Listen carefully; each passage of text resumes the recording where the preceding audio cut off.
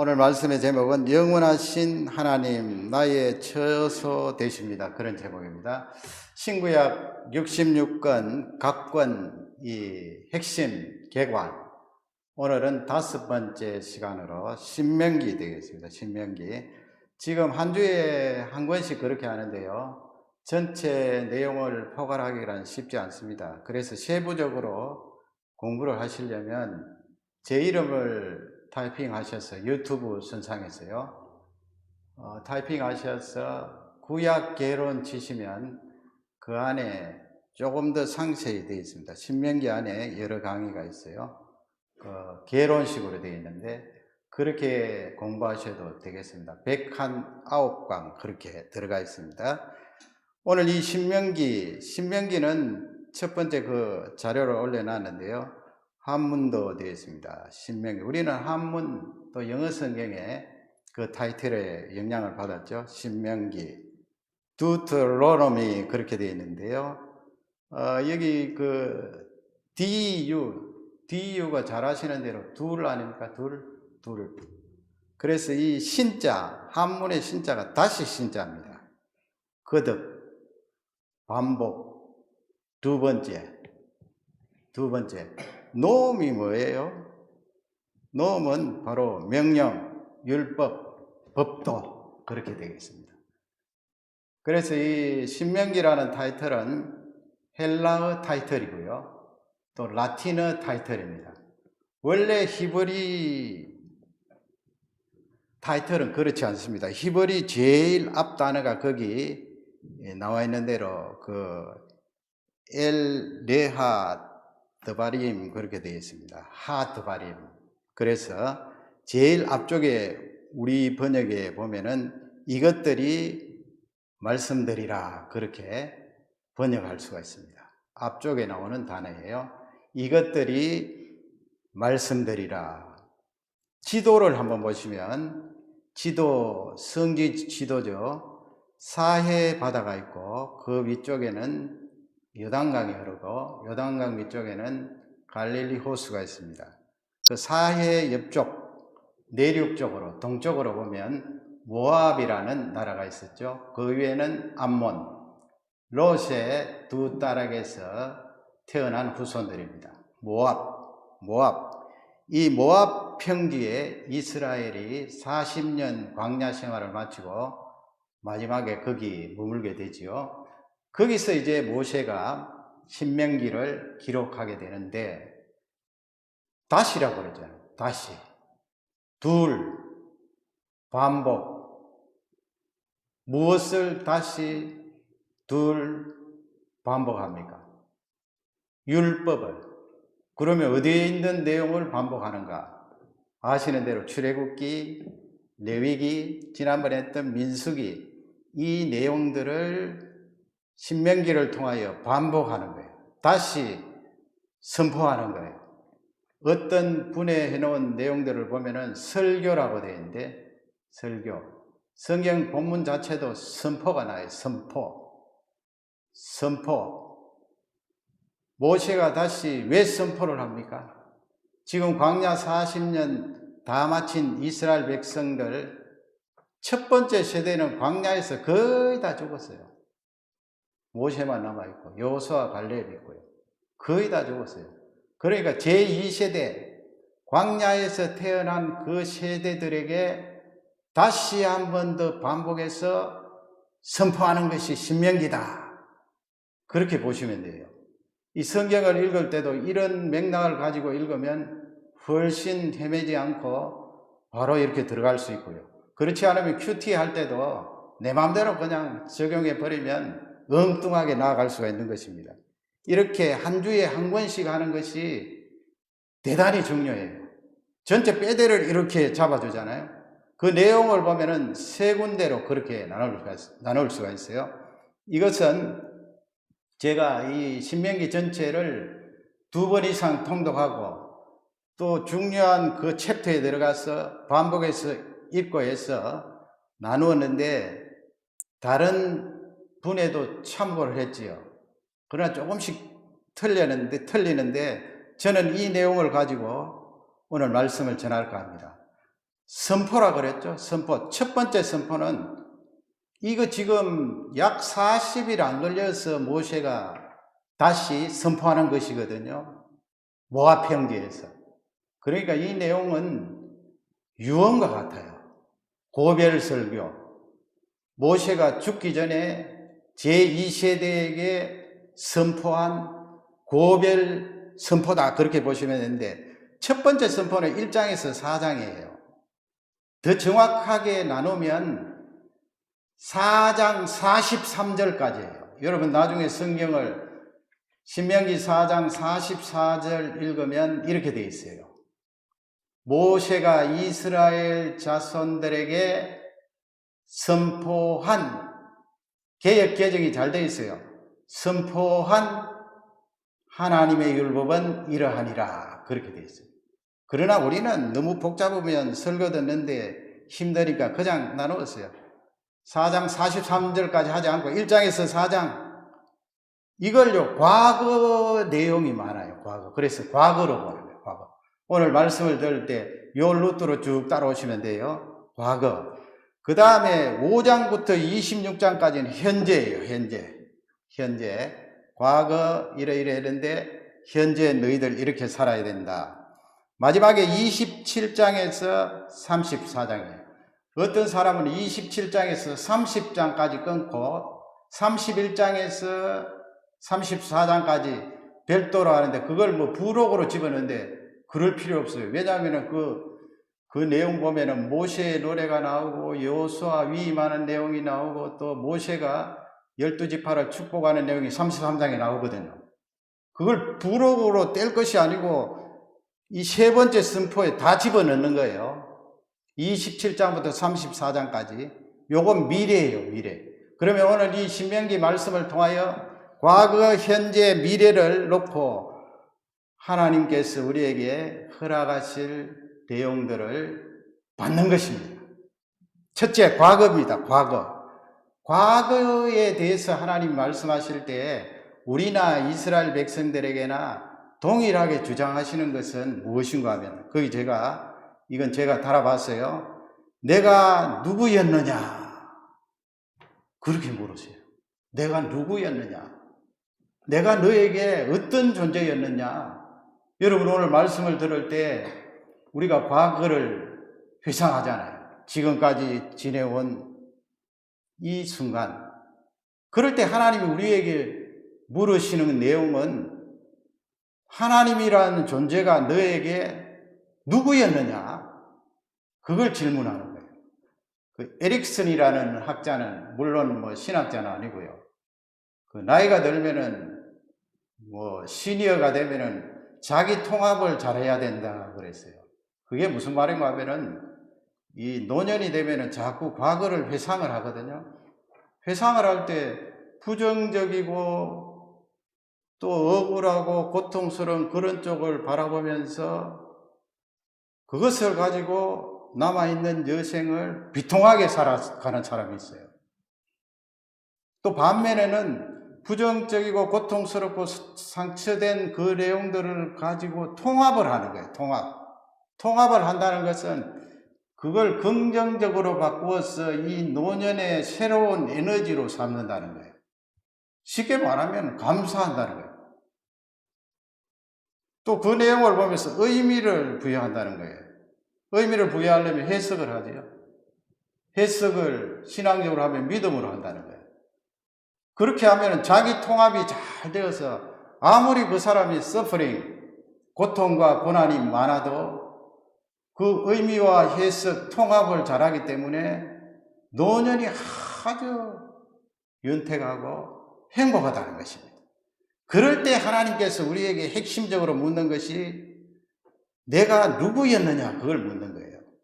여러분 이 시간 나 자신을 향하여서 하나님이 나에게 어떤 분이셨는가, 이 내용을 마음에 담고 따라오시기 바랍니다. 그러면 본문으로 돌아가서 32절을 우리 다 같이 읽도록 하겠습니다. 내가 있기 전 하나님이 사람을 세상 창조하신 날부터 지금까지 지나간 날을 상고하여 보라. 하늘 이 끝에서 저 끝까지 이런 큰일이 있었느냐? 이런 일을 들은 적이 있었느냐? 아멘. 이스라엘 백성들에게 지금 하시는 말씀이에요. 창조 이래로 그렇게 바꿀 수가 있겠죠. 창조 이래로 이런 큰 능력을 체험한 존재가 있었느냐 이 말씀이에요. 그 중간에 내용에 보면 지나간 날을 상고하여 보라 그랬어요. 이스라엘 백성들아, 너 지금 부모네들은 다 세상 떠났는데 너희들 다 듣지 않았느냐? 말씀으로 되어 있지 않느냐? 출애굽할 때부터 그 이전 아브라함 세대부터 하나님께서 너희 선조들에게 베풀었던 그 크신 능력과 이적을 한번 생각해 봐라. 내가 어떤 존재였느냐? 그걸 지금 하나님이 말씀하시는 거예요. 오늘 우리는 이 말씀을 들으면서 하나님은 나에게 어떤 분이셨습니까? 짧은 시간이지만은 내 일생, 지난 한 달을 돌아보면서 나에게 베풀어 주신 그 능력들 헤아려 보시기 바랍니다. 종이로 적어도 입으로 말을 해도 끊임없이 쏟아질 내용이 하나님이 나를 도우시고 은혜를 베풀으셨다는 그 내용입니다. 33절 보시면 다 같이 읽겠습니다. 어떤 국민이 불 가운데서 말씀하시는 하나님의 음성을 너처럼 듣고 생존하였느냐? 아멘. 어떤 국민이 그랬어요? 불 가운데. 이건 어떤 내용을 말씀하는 거예요? 출애굽기 19장 말씀.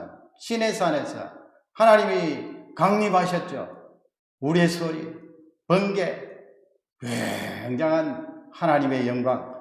그 불 가운데 하나님께서 이스라엘 백성들에게 음성으로 말씀해 주셨어요. 음성을 너처럼 듣고 생존하였느냐? 하나님의 음성을 들어도 죽습니다. 살아날 존재는 없어요. 그러나 하나님은 이스라엘 백성들의 하나님이 되시려고 그들에게 음성을 들려주시고 그들을 생존하게 하셨습니다. 우리도 마찬가지예요. 내가 하나님을 대면하였는데 내가 죽지 않고 도리어 살게 되었습니다. 살게 되니 오늘까지 이렇게 살아서 하나님을 찬양하고 예배합니다. 내가 누구였느냐? 그것을 말씀합니다. 37절을 또 읽도록 하겠습니다. 여호와께서 내 조상들을 사랑하신 도로 그 후손은 너를 택하시고 큰 권능으로 친히 인도하여 애굽에서 나오게 하시며. 아멘. 하반절 보면은 권능 나오죠. 큰 권능으로. 다른 구절에 보면은 긴 팔로 하나님의 팔이 얼마나 길겠어요. 권능을 나타내는 거죠. 큰 손으로. 여기는 큰 권능으로 그랬어요. 친히 했어요. 친히. 하나님께서 직접 인도하여 애굽 땅에서 나오게 하셨느니라. brought out. 나오게 하셨느니라. 왜 그렇게 하셨는가? 앞쪽으로 가보세요. 내 조상들을 사랑하신 거로 했습니다. 사랑하신 거로. 그리고 그 후손인 너를 택하시고 그랬습니다. 같은 내용이에요. 사랑하셨기 때문에 택하시고 택하신 그 위에 올라가면 사랑하셨어요. 이스라엘 백성들만 사랑하셨습니까? 하나님께서 나를 사랑해 주셨어요. 그리고 나를 가려 뽑아 주셨어요. 나를 가려 뽑지 않았더라면 어떻게 내가 하나님 앞에 나올 수가 있습니까? 아버지 한마디도 할 수가 없습니다. 하나님을 바라볼 수도 없어요. 예배할 수도 없어요. 내가 너를 사랑했지 않나? 나라는 존재가 어떤 존재였는가? 너에게 사랑했던 존재 아니냐? 너를 택한 존재가 아니냐? 그리고 너를 지금까지 인도한 존재가 아닌가? 그토록 사랑했기에 그 크고 긴 팔로 너를 인도하였다. 할렐루야. 이것을 생각하라는 거예요. 31절 또 보세요. 31절 다 같이 읽겠습니다. 내 하나님 여호와는 자비하신 하나님이시니라. 그가 너를 버리지 아니하시며 너를 멸하지 아니하시며 내 조상들에게 맹세하신 언약을 잊지 아니하시리라. 아멘. 이런 내용을 보면은 자기 통합을 할 수가 있죠. 믿음으로. 왜 그렇습니까? 하나님, 내가 일생을 아무리 고통스럽게 살았다고 해도 하나님은 자비하십니다. 이렇게 하나님에 대한 이미지, 그 상이, 믿음의 상이 있어야 돼요. 하나님은 나에게 벌 주시고 나를 가혹하게 하시고 고통 속에 잡아 가두시고 멸망의 구렁텅이로 몰아넣는 분이 아니고, 이렇게 하면은 점점 통합이 안 되는 거예요. 지금 말씀해 보면 하나님은, 여호와는 자비하신 하나님이에요. 그가 너를 어떻게 했어요? 버리시지 아니하시며, 내가 버린 것처럼 생각하고 판단해서 그렇지 절대로 하나님은 너를 사랑하시기 때문에 버리지 아니하셨다.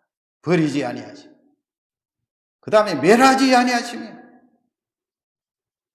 끝부분은 언약을 잊지 아니하시리라.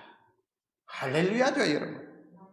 이 말씀을 붙들고 과거를 회상하실 때 믿음으로 통합하시기를 주님의 이름으로 축원합니다. 그래서 39절에 보면, 그런즉 너는, 우리 39절 다 같이 읽겠습니다. 오늘 위로 하늘에가 아래로 땅에 오직 여호와는 하나님이시요 다른 신이 없는 줄을 알아 명심하고. 아멘.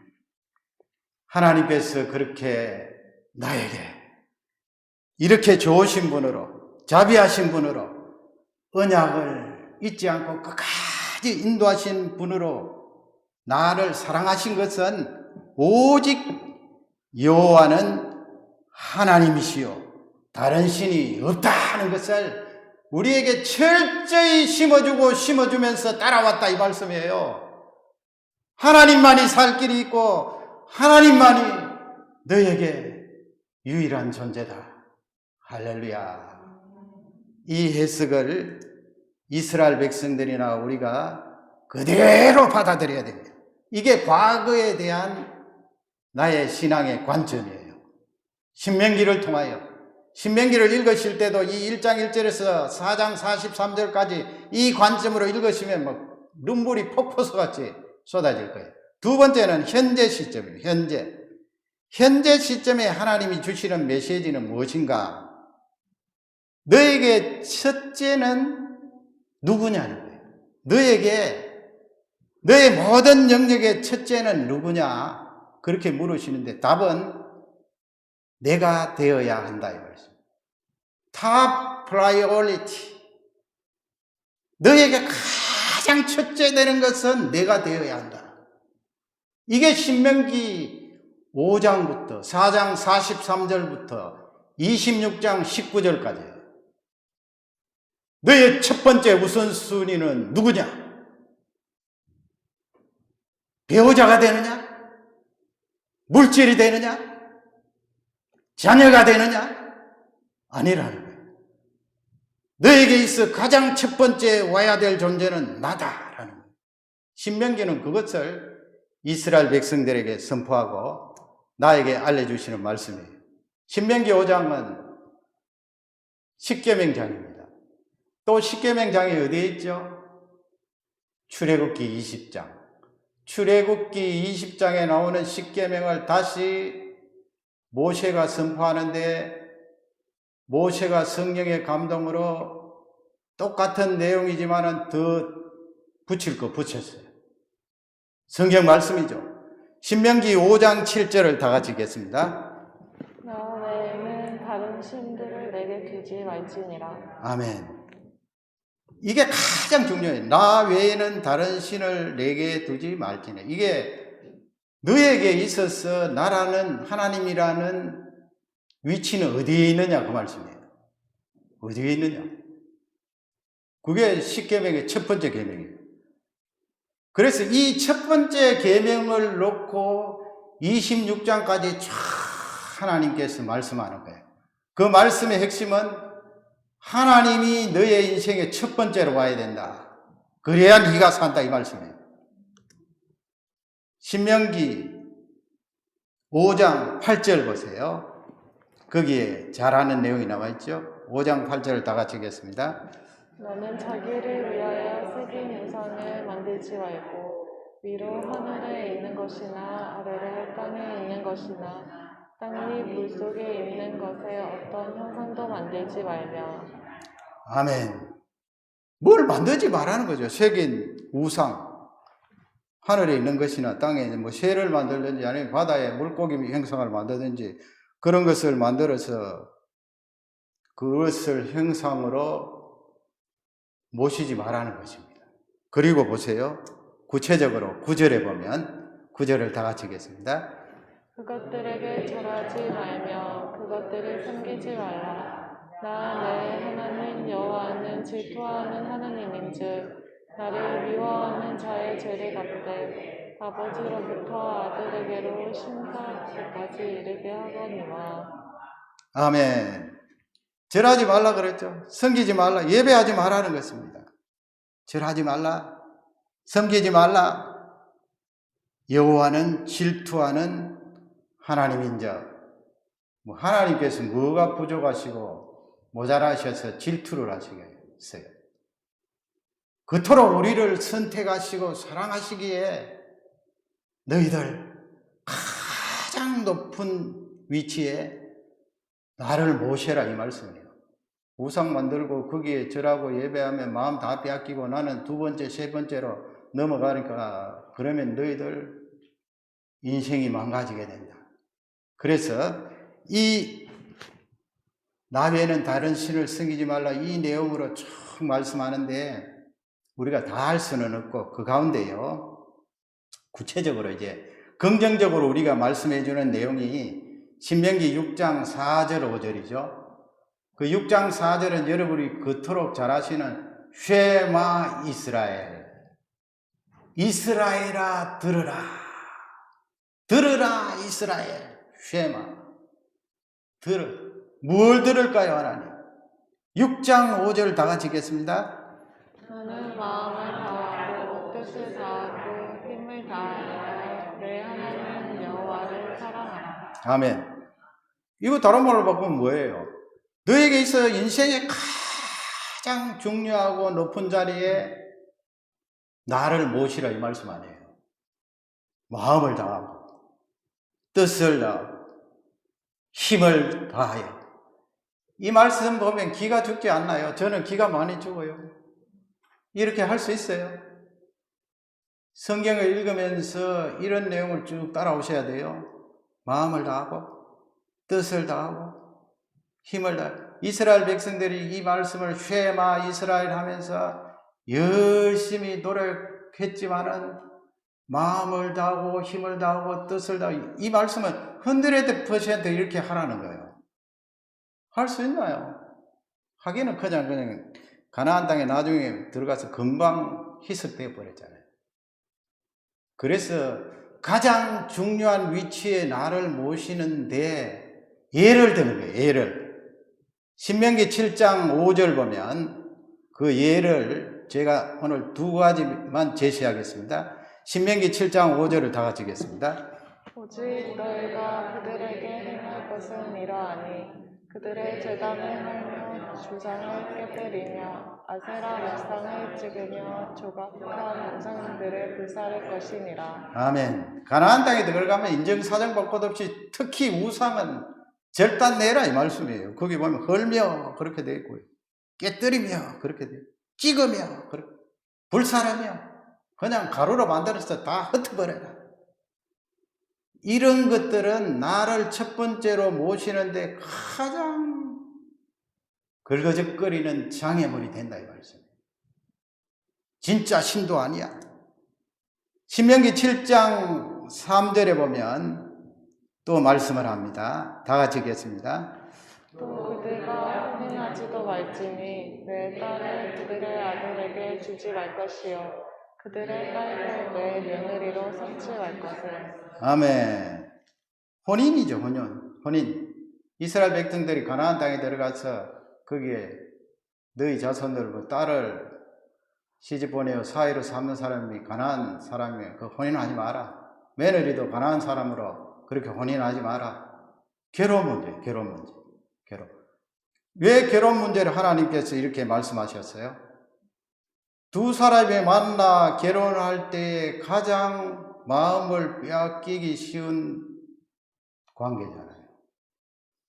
조금 더 있다 하겠습니다만은 하나님께로 돌아갈 마음을 가장 빼앗기기 쉬운 그 장이 결혼이에요. 하나님께서 가정제도를 만들지 않았습니까? 그런데 왜 그걸 가지고 시비를 겁니까? 죄가 들어왔기 때문에 그렇죠. 죄가 안 들어왔으면은 쭉 왔을 텐데 죄가 들어오기 때문에 가난한 사람하고 결혼해 버리면 그 관계 속에서 하나님께 돌아갈 마음이 홀딱 넘어가서 빼앗긴다는 거예요. 그래서 혼인시키지 마라. 신명기 8장 13절 또 보세요. 결혼이 지금 나왔죠. 결혼. 우상이라는 그 보이는 것은 다 불살하고 제거하고 그 다음에는 결혼 문제가 걸리면 하나님께 돌아갈 마음이 뺏긴다 이 말씀이에요. 언제든지 하나님이 첫 번째 순위에 와야 되는데 두 번째, 세 번째 온다는 거예요. 신명기 8장 13절 다 같이 읽겠습니다. 또 내 소와 양이 번성하며 내 임금이 증식되며 내 소유가 다 풍부하게 될 때. 아멘. 이건 뭐예요? 소와 양이 번성, 은금이 정식, 그 다음에 소유가 다 풍부. 다른 말로 바꾸면 돈이 많아지면 이 말씀 아니에요. 돈이 많아지면 이스라엘 백성이나 우리나 하나님 첫 번째 모셔야 되는데 순서가 뒤바뀔 수 있다는 거예요. 아니에요. 뒤바뀌지 않으면 하나님이 이 말씀을 하실 리가 없죠. 뒤바뀔 수 있다. 그걸 8장 14절에 우리에게 제시하는 거예요. 다 같이 읽겠습니다. 14절. 교만하여 내 하나님 여호와를 잊어버릴까 염려하노라. 여호와는 나를 애굽 땅 종 되었던 집에서 이끌어내시고. 아멘. 내 마음이 교만한 이 말씀이 뭐예요? 정식이 되고 정가가 되고 돈이 많아지면은 순위가 바뀐다는 말씀 아니에요.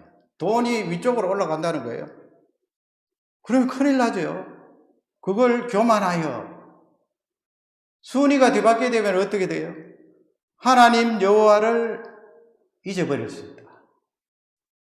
두 번째 순위도 아니고 어디에 간지 온데 간데가 없다. 그러면 어떻게 하겠느냐? 그 말씀입니다. 신명기 7장 6절 다시 한 번 더 하나님께서 강조를 하십니다. 6절을 다 같이 읽겠습니다. 너는 여호와 내 하나님의 성민이라. 내 하나님 여호와께서 지상 만민 중에서 너를 자기 기업의 백성으로 택하셨나니. 아멘. 너희들은 가장 첫 번째 자리에 여호와 하나님을 모셔야 되는데 그 이유가 무엇인가 그것을 다시 강조하는 거예요. 너는 여호와 하나님의 성민이라 그랬어요. 저번에 레위기 할 때 했죠. 성민이 무엇입니까? 구별했다는 거 아니에요. 뽑았다는 거예요. 성민이라. 지상 만민 중에서 너를 자기 기업의 백성으로 택하였기 때문에 무조건 나를 첫 번째 위치에 모셔라 이 말씀입니다. 현재 우리에게 주신 메시지가 이거예요. 정리를 하면 하나님을 첫 번째로 모셔야 되는데 걸림돌이 될 수 있는 것은 사람과의 관계다. 사람과의 관계 때문에 나를 미쳐낼 수 있다. 두 번째는 사물 가운데는 돈이다. 돈이 인격체는 아니지만은 돈 때문에 나를 두 번째, 세 번째로 밀쳐낼 수 있다. 정신 차리라 이 말씀이에요. 세 번째는 이제 미래로 갑니다. 미래. 신명기 말씀 미래. 미래 우리에게 주시는 핵심 메시지가 무엇일까요? 확실한 길이 있다는 메시지. 확실한 길이 있다. 너희들이 마음을 다하고 힘을 다하고 뜻을 다하여 나를 사랑할 수 있는 확실한 길이 있다는 거예요. 나를 가장 높은 중요한 자리, 첫 번째 모실 수 있는 그 길이 있다는 거예요. 그 길을 가르쳐 줄게. 이게 27장에서 34장의 말씀이에요. 성경으로 돌아갑니다. 신명기 32장 15절 보세요. 거기 여수룬이라는 말씀이 나오죠. 이것은 이스라엘 백성들을 향한 하나님의 별칭이에요. 별칭. 닉네임이라 그럴까요? 여수룬 하면 이스라엘 백성들을 부르는 그런 명칭이에요. 뭐 히브리로 들어가면 뭐 뜻이 좀 두 가지 정도 나눕니다만, 하나님께서 거룩하게 하신 백성이다, 의롭게 된 백성이다, 여수르나. 15절을 우리 다 같이 읽겠습니다. 그대 여수름이 기름 중에 발로 찼도다. 내가 살찌고 기대하고 윤택하네. 자기를 지으신 하나님을 버리고 자기를 구원하신 반석을 없이 여겼도다. 아멘. 신명기 27장부터 쭉 읽으면 미래의 시점에서 모세가 그렇게 미래의 시점으로 말씀을 하는데요. 거기 여수론에 대해서 미래의 이 여수론이 어떻게 되겠느냐 그 말씀이에요. 그게 어떻게 되어 있습니까? 발로 찼도다 그랬어요. 발로 찼도다. 남녀 사이에 있어서 내가 발로 차였다 그런 말씀을 하는 경우가 있죠. 하나님께서 똑같이 사용하세요. 키가 발로 찼도다. 그 다음에 또 뭐가 있어요? 버렸다 그랬어요. 또 뭐가 있습니까? 업신여겼다. 이게 무슨 말씀이에요, 여러분? 이스라엘 백성들이 미래의 말씀을 받는데 두 번째 세대의 그 사람들이 너희들 앞으로 하나님을 발로 찰 것이다, 업신여길 것이다, 버릴 것이다. 이스라엘 백성들이 그대로 했잖아요. 그러면 하나님께서 이 신명기 말씀, 귀한 말씀을 왜 이스라엘 백성들에게 그토록 강조했는가? 한번 보세요. 신명기 29장 19절 한번 보세요. 다 같이 읽겠습니다.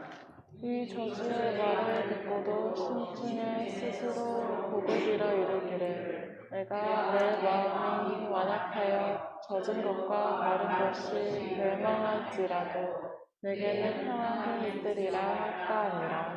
아멘. 이거 무슨 말씀인지 여러분 싹 들어옵니까? 제가 쉬운 번역으로 읽을 때도 이거 만만치 않은 구절이구나 그렇게 생각되어지던데요. 그래서 영어로 바꿔봤어요. 바꿔본 것이 아니고 영어를 인용했습니다. I will be safe 그렇게 되어 있어요. 나는 안전할 것이다. 쉽게 말하면 나는 형통하리라. Even though I persist. 그럼에도 불구하고 나는 고집을 부리리라. 완고하고 그렇게 되어 있잖아요. 계속 이 길을 가리라. In going my own way. 내가 가는 길을 끝까지 고집하리라. 왜 그런가? 나의 이 길은 안전하고 어떤 번역에는 peace, 평화로울 것이다. 샬롬. 그 다음 구절을 보세요. This will bring disaster. 앞쪽에 그럼에도 불구하고니까 그러나 되겠죠? 그러나 그 길은 틀림없이 재앙을 가져올 것이다. 그 말씀입니다. On the world land as well as the dry. 그렇게 돼요. 물에 젖은 땅을 밟든지 마른 땅을 밟든지 너가 가는 그 길은 재앙을 가져올 것이다. 이 말씀이 무슨 말씀이에요? 네가 어디로 가든지 재앙을 만나리라 이 말씀이에요. 물에 젖은 땅, 이 우주에 젖은 땅 아니면 마른 땅 아니에요. 바다로 가든지 육지로 가든지 육지 가운데도 습기가 많은 데 가든지 마른 땅에 가든지 네가 가봤자 어디 가겠니? 가는 곳마다 다 저주를 받으리라 이 말씀. 그런데 요 I will be safe 이 말씀 앞에 blessing on himself 그렇게 되어 있어요. 자기 자신이 스스로 자기를 축복하는 거예요. 축복하면서 야 내가 가는 길은 탄탄대로다. 이제부터는 형통하리라. 그러나 하나님 말씀 너 가는 곳마다 저주를 받고 재앙을 받으리라. 이걸 하나님이 누구에게 지금 하시는 말씀이에요? 이스라엘 백성들에게 하시는 말씀이에요. 무섭지 않습니까, 여러분? 이 말씀이 나에게도 그렇게 적용돼요. 물론 우리가 다 알고 있는 내용이지만 조금 지나가면 더 확실하게 알겠죠. 신명기 29장 20절 보면 그 다음 구절입니다. 우리 다 같이 읽겠습니다. 여호와는 이런 절을 하지 않으실 뿐 아니라 그 위에 여호와의 분노와 질투의 불을 부으시며 또 이 책에 기록된 모든 저주를 그에게 더하실 것이라. 여호와께서 그의 이름을 천하에서 지워버리시되. 여러분 이 내용이 미래 시점으로 지금 모세가 하시는 말씀이에요. 과거에 그랬다가 아니에요. 과거에 다시 한번 그 성경을 보세요. 사하지 않는다 그랬죠. 사하지 않는다. 용서하지 않겠다. 또 뭐가 있어요? 저주를, 책에 기록된 저주를 더하겠다 그랬어요.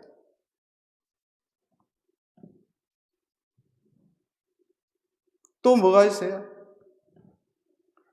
그의 이름을 천하에서 지워버리겠다. 이 내용은 영원히 소생할 수 없다는 말씀이에요. 참 무서운 말씀이잖아요. 신명기를 여러분이 읽으면서 쭉 지금 29장까지 오면은 그 앞장에 바로 저주가 있단 말이에요. 저주. 또 축복이 있고요. 축복은 몇 절 안 돼요. 들어가도 복을 받고 나가도 복을 받고 성읍에서도 들에서도 복을 받고 그건 몇 절 안 돼요. 그 다음에 69절까지 있는데 저주가 꽉 차 있어요. 그 저주 보면은 그런 내용이 있어요. 네가 네 마음에 두려움을 가지고 눈으로 보는 그것 때문에 저녁이 되면 빨리 내일 아침이 오면 좋겠다. 또 아침이 되면 어떻게 되느냐? 빨리 저녁이 오면 좋겠다. 그만큼 힘든다는 거예요. 그리고 네가 자식을 낳지? 자식 낳으면은 자식 낳은 그 자식이 포로로 잡혀갈 것이다. 얼마나 무서운 말씀이에요. 그리고 또 더 끔찍한 일은 적군이 와서 너희들을 포위하는데 그 자식을 잡아먹을 것이다. 잡아먹는 일이 나중에 일어났잖아요. 그런데 보세요. 신명기 28장 그 저주를 하나님께서 말씀하시면서 이런 말씀을 하세요. 성경을 정확하게 보세요. 신명기 28장 58절 다 같이 읽겠습니다.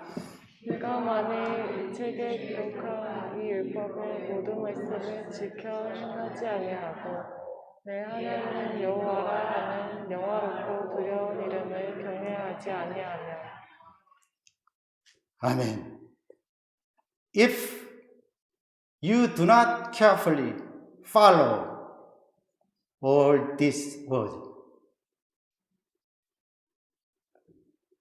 지금 성경 정확하게 보자.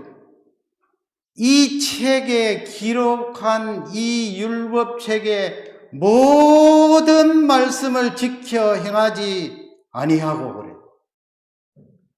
그러면 여러분 이스라엘 백성들이 이 책에 기록한 모든 율법의 말씀을 지킬 수 있어요? 우리는 지킬 수 있어요.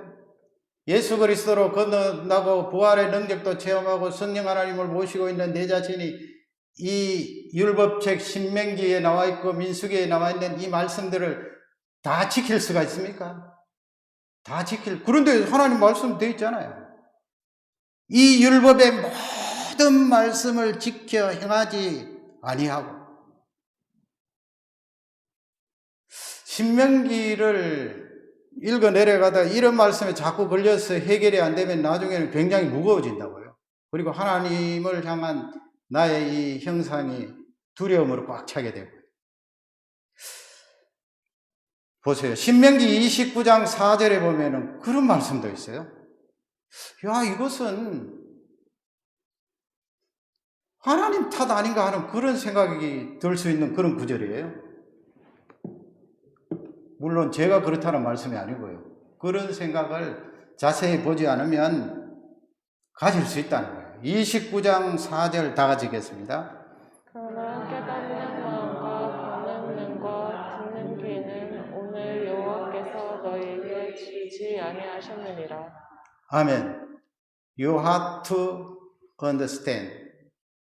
깨닫는 마음, 보는 눈, eyes to see, 듣는 귀, ears to heard. 그랬어요. listen to가 아니고요. listen to는 집중해서 듣는 거잖아요.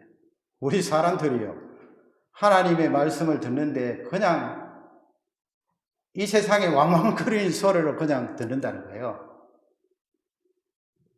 이게 무슨 말씀이에요? 오늘 여호와께서 너희에게 주지 아니하셨느니라 그랬어요. 하나님께서 깨닫는 마음도 안 주시고 보는 눈도 안 주시고 듣는 귀도 안 주셨으니까 이스라엘 백성들이 그냥 하나님 말씀 안 따르고 우상 섬기고 하나님을 뒤쪽으로 밀쳐두고 그렇게 산 것 아닙니까? 그러므로 이스라엘 백성이나 우리가 책임이 있습니까? 그러나 이 말씀은 그 말씀이 아니에요. 너희들을 힘으로 이 율법을 다 지키려고 힘쓰고 예수도 안 된다는 말씀이에요. 지금 제가 말씀드린 것은 신구약을 다 연결해서 드리는 말씀이에요. 그렇잖아요. 현상적으로 저나 여러분이 이 율법책의 말씀을 다 지킬 수 있어요. 모든 율법책의 말씀을 다 지키지 아니하면 그랬잖아요. 그럼 못 지킨단 말이에요. 못 지키면 어떻게 하세요? 못 지키면 앞쪽에 나오는 그 저주를 받아야 되잖아요. 작든 크든 받아야 돼요. 그런데 이 신명기에 복음이 있어요. 복음. 신명기 30장 6절에 보면, 그러니까 지금 프로젝트로 우리가 보니까 그런데 성경을 사실은 펼쳐놓고 이런 부분을 막 언더라인 해놓고 읽고 또 읽어야 되는데 말이죠. 신명기 30장 6절 우리 크게 한 음성으로 읽겠습니다. 내 하나님 여호와께서 내 마음과 내 자손의 마음에 할례를 베푸사 너로 마음을 다하며 뜻을 다하여 내 하나님 여호와를 사랑하게 하사 너로 생명을 얻게 하실 것이며. 이게 대단한 말씀이에요. 구약에 쭉 흐르는 내용이에요. 그 흐르는 내용을 어떻게 알 수 있는가? 내 마음과 그랬어요. 내 자손의 마음에. 여기 내 자손의 마음은 지금 세컨 제너레이션 요단강 건너기 직전에 있는 그 사람들만 해당된다는 말씀이 아니죠. 너의 후손들에게 뭘 하신다는 거예요, 하나님? 마음의 할례를 베푸사. 마음의 할례를 베푸사. He will circumcise their heart. 너희 후손들의 마음에 할례를 베풀겠다. 육신의 할례잖아요. 이스라엘 백성들. 육신의 할례인데 하나님께서 여기서 마음의 할례를 베푸니까 성경을 보세요. 끝에서 두 번째 줄 보면 여호와를 사랑하게 하사 그랬어요. 누가 하나님을 사랑하게 하도록 하시는 거예요? 내가 하나님을 사랑해요? 내가 하나님을 첫 번째로 모실 수 있다고요? 천만의 만만의 말씀. 하나님께서 나에게 마음의 할례를 베풀어 주셔야 여호와를 사랑하여서 그분을 첫 번째로 모시는 거예요. 그 다음에 끝에 뭐라고 되어 있어요? 너로 생명을 얻게 하실 것입니다. 너로 생명을 얻게 하실 것입니다. 이거 구원 베푼다는 말씀 아니에요? 그래서 우리는 율법을 지킴으로 구원받는 거 아니에요. 이게 뭐예요? 마음의 할례가 뭐예요? 요한복음 3장에 나와 있듯이 예수님께서 니고데모에게 물과 성령으로 나지 아니하면 하나님 나라에 들어갈 수 없느니라. 그 물과 성령으로 다시 태어날 때 성령 하나님이 그의 마음을 주장하셔서 하나님의 마음을 사랑하게 하자. 너에게 생명을 얻게 하셨느니라. 이게 되면은요, 다시 현재로 돌아가는 거예요. 현재로 돌아가서 이스라엘아 들으라. 너는 마음을 다하고 뜻을 다하고 힘을 다하여 주 너희 하나님을 사랑하라. 그게 되는 거예요. 다시 거듭나면, 예수 그리스도의 영이 나에게 들어오면 하나님을 첫 번째로 모실 수가 있는 거예요. 그래서 우상 누가 가르쳐 주지 않아도 그거 알게 돼요. 하나님이 나에게 첫 번째인데 왜 몰라요? 안 섬겨요. 예배 안 드려요.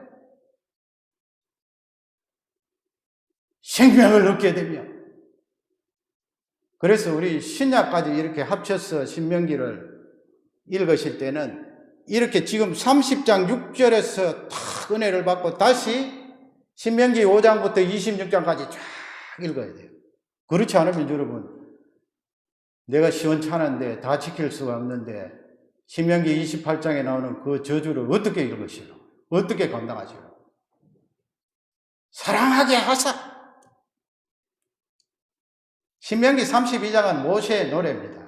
모세의 노래인데 선포라고도 할 수가 있죠. 32장 11절에 보면 그 유명한 독수리 비유가 나오잖아요. 모세가 노래로 지어 불렀는데 여러분 잘 아시죠? 32장 11절 다 같이 읽겠습니다. 마치 독수리가 자기의 보금자리를 어지럽게 하며 자기의 새끼 위에 너풀거리며 그의 날개를 펴서 새끼를 받으며 그의 날개 위에 그것을 엎는 것 같이.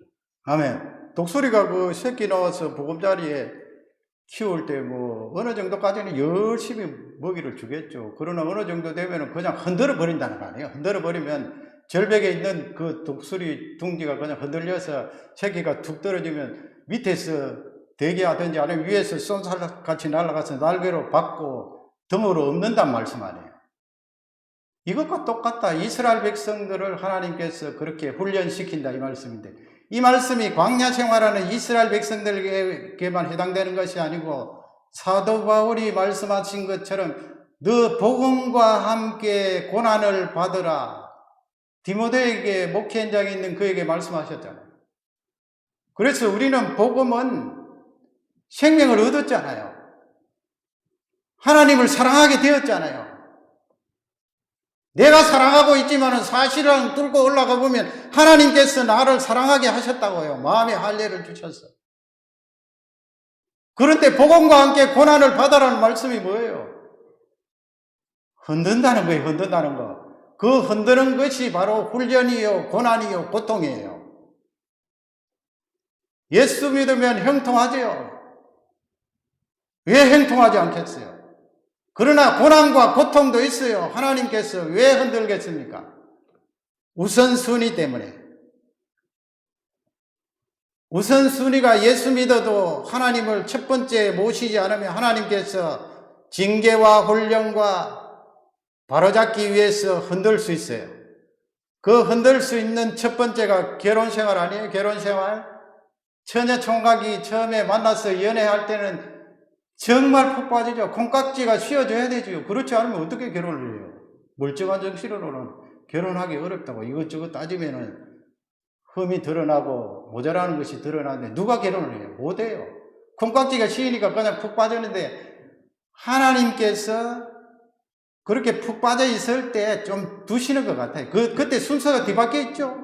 처녀 총각들, 연애하는 처녀 총각들한테 물어보세요. 하나님이 탑 프라이어리티다. 천만의 말씀. 거짓말이죠. 처녀 총각 둘이고 탑 프라이어리티잖아요. 그러니까 하나님께서 보고 계세요. 그리고 참아주세요. 결혼에는 죄를 좀 참아주셨는데, 그리고 계속하면 안 되잖아요. 결혼했어도 계속하면 안 돼요. 나 당신 없으면 못 살아. 이것이 우리 믿는 사람이 좀 조심해야 될 말이에요. 물론 배우자가 들으면 나 당신 없으면 못 살아 하면 굉장히 위안이 되고 사랑이 최고의 고백으로 생각하는데 그거 조심해야 돼요. 결혼하면 정신을 더 바짝 차리고 본인 듣는 대로 못하지만은 나 당신 없어도 살 수 있어 in Christ. 하나님이 나와 함께 하신다면 나 살 수 있어. 본인한테 듣는 데 하면 큰일 나요. 그래서 하나님이 연애하는 그 기간을 관가하시다가 결혼 딱 하면은 문제가 발생하죠? 왜 문제가 발생해요? 옛날에 총각 때 성가대 제가 했었는데, 신학교 가기 전에 그 성가대 지휘자가 처녀 총각이 결혼을 해서 저녁 시간에 특순을 하고 이제 성가 연습을 시작하려고 하는데 그 성가 지휘자가 큰 소리로 그런 말을 하더라고요. 야, 형제 자매 참 좋다. 그러나 조금 살아봐라 그러더라고요. 그때 당시 저는 잘 무슨 말인지 몰랐는데 살면은 문제가 발생하잖아요. 왜 문제가 발생하지 않아요? 사람과 사람 사이에는 두 사람 이상 되면 역동 힘이 흐르거든요. 거기에다가 뭐 시가 싣고 들어오고 처가 싣고 들어오면 뭐 힘이 이렇게 또 아들 딸 생기고 하면 힘이 막 이렇게 한쪽으로 안 흐르고 왔다 갔다 하고 굉장히 힘들게 된다고요. 힘들게 될 때 하나님께서 왜 그렇게 힘들게 방치를 하는가? 바로 이거예요. 32장 11절. 흔들어 버리는 것 같아요. 하나님이 흔드는 건 아니에요. 그러나 죄가 가정에 들어오고 사람 사이에 이 죄가 있기 때문에 그런 역동 때문에 굉장히 힘든 일이 많이 생겨요. 보통 생기겠습니까? 많이 생길 때 신랑과 신부가 가지는 생각이 뭐예요? 야, 내가 결혼 잘못했나? 그 생각을 가지면서 철저히 느끼는 것이 이 사람이 나를 행복하게 할 수는 없겠구나. 그거 아니에요. 그건 다른 말로 바꾸면 나의 인생에 있어서 가장 첫 번째로 와야 될 존재는 나의 배우자가 아니다. 이거 지금 깨닫는 거 아니에요? 그러면 하나님 첫 번째로 모시는 거예요. 하나님께서 그것을 기다리시면서 둥지가 흔들리도록 놔두시다가 두 사람이 떨어지면 날개로 받아주시는 거예요. 자식도 마찬가지예요. 자식도 내 이 자식 없으면 못 살지 하는 그 신념이 마음속에 들어와 있으면 그 자식 때문에 골병이 드는 거예요. 하나님이 어떻게 하시겠어요? 골병이 들을 거예요. 그래서 결국은 골병이 들어서 고백이 나오는 게 하나님, 하나님 아니면 내 인생 아무것도 아닙니다. 하나님이 첫 번째입니다. 그 고백이 슬슬 기면서 나오는 거예요. 돈? 아이고야, 나는 돈 없으면 못 살아. 돈이 내 생명이야. 그러면 하나님께서 흔들리는 그것을 좀 놔두시는 거예요. 제가 하나님께서 흔든다 그 말씀은 안 했어요. 사업을 하다 보면 흔들릴 수 있잖아요. 흔들리는 것을 그냥 바로 딱딱 안 막아주시고 좀 놔두시는 거예요. 놔두면 뚝 떨어지잖아요. 뚝 떨어지면 하나님께서 날개로 받아주시죠. 받아줄 때, 야, 내가 의지할 대상은 돈이 아니구나. 그러므로 첫 번째로 모셔야 될 존재는 하나님이시구나. 그걸 훈련받으면, 그거 훈련받으면 이제 되는 거예요. 사는 거예요. 그래서 신명기 33장 26절에 보면 또다시 이스라엘 백성들을 불러요. 여수르나, 너희들이 어떤 존재냐? 여호와 하나님을 첫 번째로 올려놓으면 네가 성령의 능력으로 하나님을 사랑하게 되면 네가 생명을 얻게 되면 신명기 33장 26절 다 같이 읽겠습니다. 여수르기야 하나님 같은 이가 없도다. 그가 너를 도우시려고 하늘을 타고 공창에서 위엄을 나타내시는도다. 아멘. 하나님 같은 이가 없도다. 하나님 같은 이가 없도다. 이게 무슨 말씀이에요? 하나님이 내 인생의 첫 번째입니다. 그 말씀이에요. 내 인생의 첫 번째입니다. 그래서 5장부터 26장까지 쭉 그것을 따라가는 거예요. 그래서 우리 하나님의 백성들을 향하여 신명기 33장 27절에 보면 너희들이 어떤 존재냐? 이 성경 말씀이 얼마나 구절구절이 우리에게 생명과 복을 주시는 말씀이에요. 너희들 망하겠다, 저주받겠다, 재앙받겠다, 전염병에 걸려서 다 꼬꾸라지겠다, 자식들은 다 포로로 잡히겠다. 그 말씀이 아니잖아요, 지금. 27절에 보면은 우리 다 같이 읽겠습니다. 영원하시는 분이 내 치수가 되시니 그의 영원하신 팔이 내 아래에 있도다. 그가 내 앞에서 대적을 쫓으시며 멸하라 하시도다. 아멘, 할렐루야. 영원한 하나님이 The eternal God is dwelling place. 너에게 거처가 되겠다. You가 아니고 my dwelling place. 나에게 거처가 되겠다. 요한복음 14장에 보면 예수님께서 너희는 마음에 근심하지 말고 나를 믿으니 하나님을 믿어라. 너희를 위하여 처소를 예비하러 가노니 내 아버지의 집에는 갈 곳이 많도다. 그 처소예요. 그 처소. 영원하신 하나님이 나의 거처가 됩니다. 예수 그리스도께서 이 세상에 오셔서 십자가에 죽으시고 부활하시면서 우리의 죄를 사하시고 의롭다 선포해 주시고 영원히 바라는 마련한 그 하나님의 처소에서 거할 수 있도록 생명을 주셨다 이 말씀이에요. 거기 보세요. 그의 영원하신 팔이 내 아래에 있도다. 하나님의 영원하신 팔이 너의 아래에 있도다. 여러분 이 축복된 말씀 29절 보세요. 33장은 뭐라고 했어요? 모세가 이스라엘 12지파를 축복하는데 이 모세가 우리에게 축복하신 내용과 같아요. 왜냐하면 예수님이 변화산에 가셔서 그 영광스러운 모습으로 변행되실 때에 그때 누가 나타났어요? 모세와 엘리야가 나타나셨죠. 뭘 이야기했어요? 예수님 별시하실 것을 의논했어요. 십자가의 죽음을 의논했어요. 모세가 성경의 감동으로 신약 성도까지 내다보고 지금 복음을 말씀하는 거예요. 33장 29절 우리를 향하여 하나님이 뭐라고 선언하십니까? 다 같이 읽겠습니다. 이스라엘이여 너는 행복한 사람이로다. 여호와의 구원을 너같이 얻은 백성이 누구냐? 그는 너를 돕는 방패시요 내 영광의 칼이시로다. 내 대적이 내게 묵조하리니 내가 그들의 높은 곳을 밟으리로다. 아멘.